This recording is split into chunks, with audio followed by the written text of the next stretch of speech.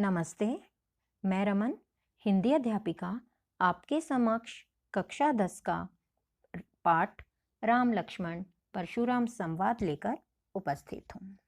पिछली वीडियो में हम इस पाठ के 2 पद पढ़ चुके हैं। हमने पढ़ा कि लक्ष्मण के व्यंग्य वचन सुनकर परशुराम जी विश्वामित्र से शिकायत करते हैं कि यह बालक वध के योग्य है, इसे रोक लो वरना मैं इसे क्षण भर में ही मार डालूंगा। इस पर लक्ष्मण भी परशुराम से कहते हैं कि आप अपने मुंह से अपनी बड़ाई कितनी बार कर चुके हैं, अपनी तारीफ कितनी बार कर चुके हैं। सच्चे शूरवीर जो हैं वो बड़ाई करने की बजाय, प्रशंसा करने की बजाय युद्ध के मैदान में कुछ करके दिखाते हैं, वे बातें नहीं करते। कायर ही बढ़ चढ़कर अपने बारे में बोलते हैं। इतना सुनकर परशुराम विश्वामित्र से फिर बोले, अब तो यह बालक सचमुच वध के योग्य है। मैं तो तुम्हारे शील स्वभाव के कारण इसे छोड़ रहा था, नहीं तो कब का इसे अपने इस फरसे से काट डालता। विश्वामित्र भी मन ही मन में हंसने लगे कि देखो, परशुराम को हरा ही हरा सूझ रहा है। वे राम और लक्ष्मण को सामान्य क्षत्रिय मान रहे हैं, जबकि वे सामान्य वीर न होकर पराक्रमी योद्धा हैं। वे यह नहीं जानते कि उनके सामने गन्ने से बनी खांड नहीं बल्कि लोहे का बना हुआ तेज खांडा यानी कि तलवार है। अर्थात वे तो आसानी से मार डालने के सपने देख रहे थे, वे अज्ञानियों की तरह इनके प्रभाव को नहीं समझ रहे थे। तो अब लक्ष्मण क्या कहते हैं परशुराम से, चलिए इस पद में पढ़ते हैं। कहेऊ लखन मुनि सीलु तुम्हारा, को नहीं जान विदित संसारा। कहेहु लक्ष्मण, लक्ष्मण परशुराम से कहते हैं, मुनि, हे मुनि, आपके शील स्वभाव को के बारे में कौन नहीं जानता। विदित संसारा, सारा संसार आपके स्वभाव से परिचित है, जानता है। माता पितहि उरिन भय नीके, माता पिता के ऋण को तो आप उतार चुके हैं, आप अपने माता पिता के ऋण से तो उऋण हो चुके हैं। नीके, नीके का मतलब है भली प्रकार से, उऋण चुकता कर चुके हैं, उऋण हो जाना। फिर कहते हैं भय, भय हो गए।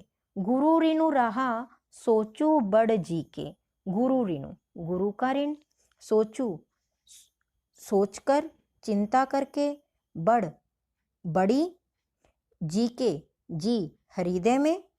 अब वो कहते हैं कि माता पिता के ऋण से उऋण होने के बाद अब आप पर गुरु का ऋण शेष बचा है और उसकी चिंता आपके मन में है। अब आगे क्या कहते हैं, सो जनु हमरे ही माथे काढ़े। सो जनु मतलब कि आप उसे सोचते हैं, जनु जैसे, हमरे ही माथे काढ़े, हमारे ही माथे काट देंगे, हम पर ही निकालना चाहते हैं उस ऋण को। कहने का भाव ये है कि आप मुझे मारकर गुरु के ऋण से उऋण होना चाहते हैं, गुरु का ऋण उतारना चाहते हैं। दिन चली गए ब्याज बढ़ बाढ़ा, बढ़ का मतलब है बहुत, बाढ़ा बढ़ गया। वे कहते हैं कि ठीक भी है, दिन भी बहुत हो गए, दिन चले गए हैं, अब एक तो आप पर गुरु ऋण का ब्याज जो है वो बहुत बढ़ गया होगा। अब कहते हैं, अब आनी व्यवहारिया बोली। आने का मतलब है लाओ, व्यवहारिया व्यवहार करने वाले को, किसी हिसाब किताब करने वाले को। तुरंत देऊ में थैली खाली, तुरंत शीघ्र ही थैली खाली कर दूंगा, धनराशि चुकता कर दूंगा, ब्याज चुकता कर दूंगा। किसी हिसाब किताब करने वाले को बुला लीजिए, मैं अपनी थैली खोलकर शीघ्र ही सारा ब्याज चुकता कर दूंगा, चुका दूंगा। सुनी कटु वचन कुठार सुधारा, हाय हाय सब सभा पुकारा।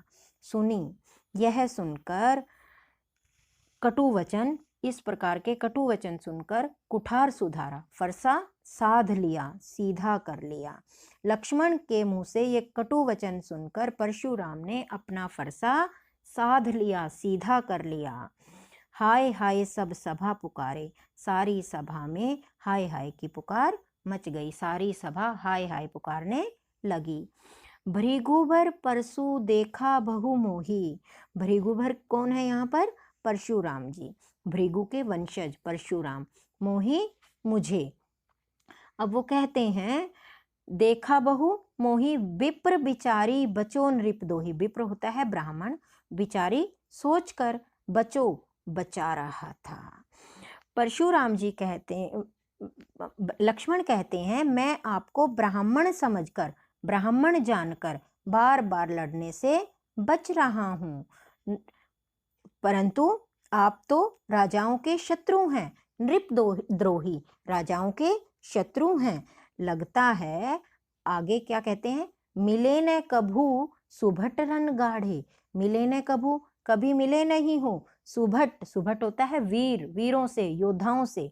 रण गाढ़े, युद्ध, गाढ़े अच्छे, गाढ़े का मतलब है अच्छे। रघु द्विज देवता घर ही के बाड़े। द्विज देवता ब्राह्मण देवता घर में ही फले फूले हो।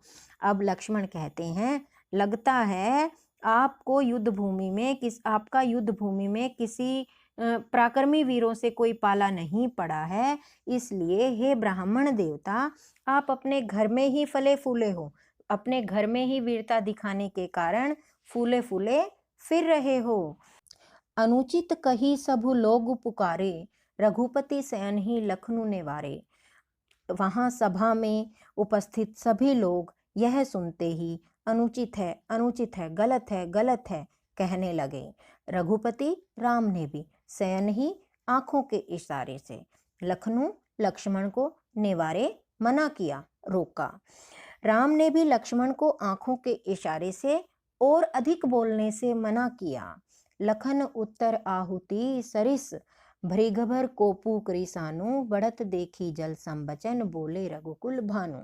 लखन उत्तर आहुति, लक्ष्मण के जो उत्तर थे आहुति के समान भड़काने वाले थे।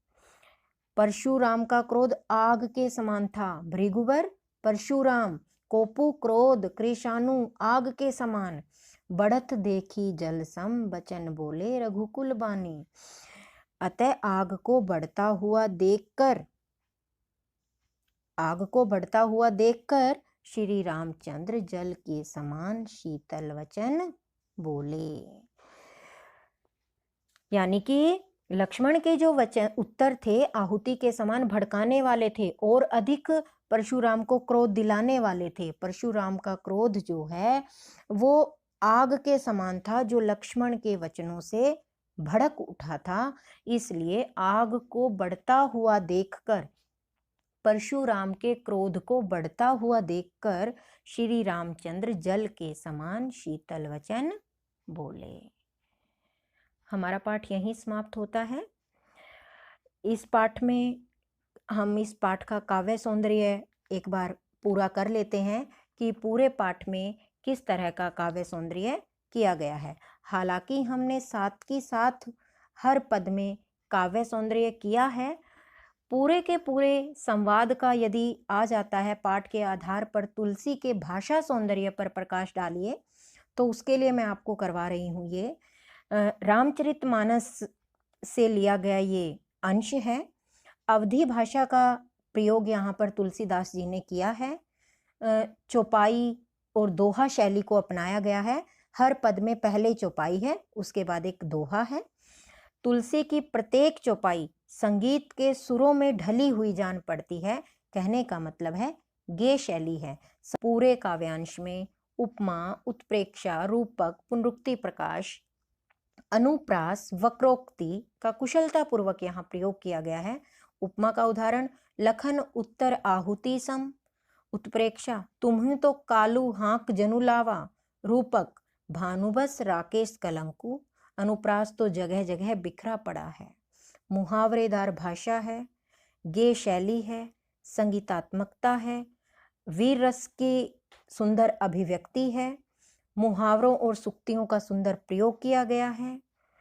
तो संवाद शैली है, व्यंग्य का संवाद मूल रूप से व्यंग्य का काव्य है। यह है तो ये था आपका राम लक्ष्मण परशुराम संवाद। धन्यवाद।